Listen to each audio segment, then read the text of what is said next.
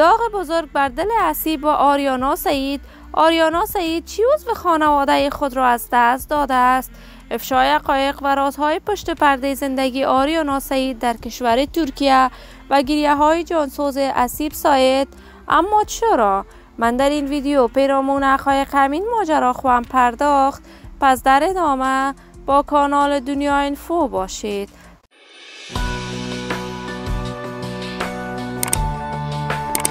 سلام و سلامتی ایام و کامتان باد. شما را خوش آمدید میگم به یکی دیگر از ویدیوهای جذاب کانال دنیا اینفو.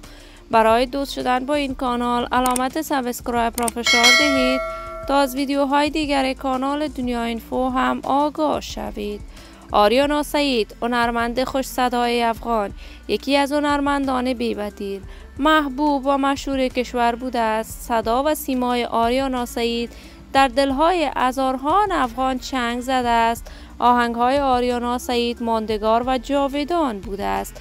آریانا سعید علاقه‌مندان و طرفداران صدایش از مرزهای افغانستان عبور کرده است و ایم ساله کنسرت‌هایش را برای دوستداران و طرفداران صدایش در سرتاسر جهان برگزار می‌کند.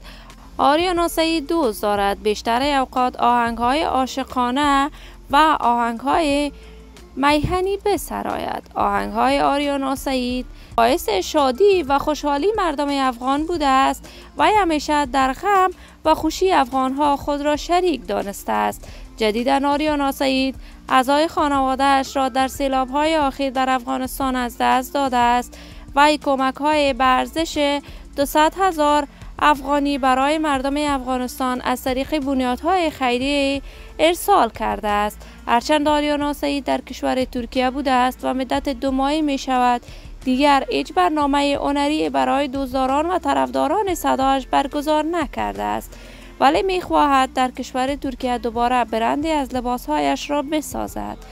من آرزوی موفقیت، سعادت و خوشبختی برای تمامی هنرمندان کشور خود از بارگاه عزت الله عزال تمنا دارم. عزیزان و دوستان خوبم، شما هم نظریات نیکتان را در بخش کامنت با من شریک بسازید.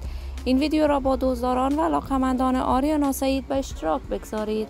اگر تا هنوز عضو کانال دنیا اینفو نشدید، پس برای عضویت با این کانال علامت سابسکرایب را فشار دهید. صحت و سلامتی برای شما خوبان استدعا دارم.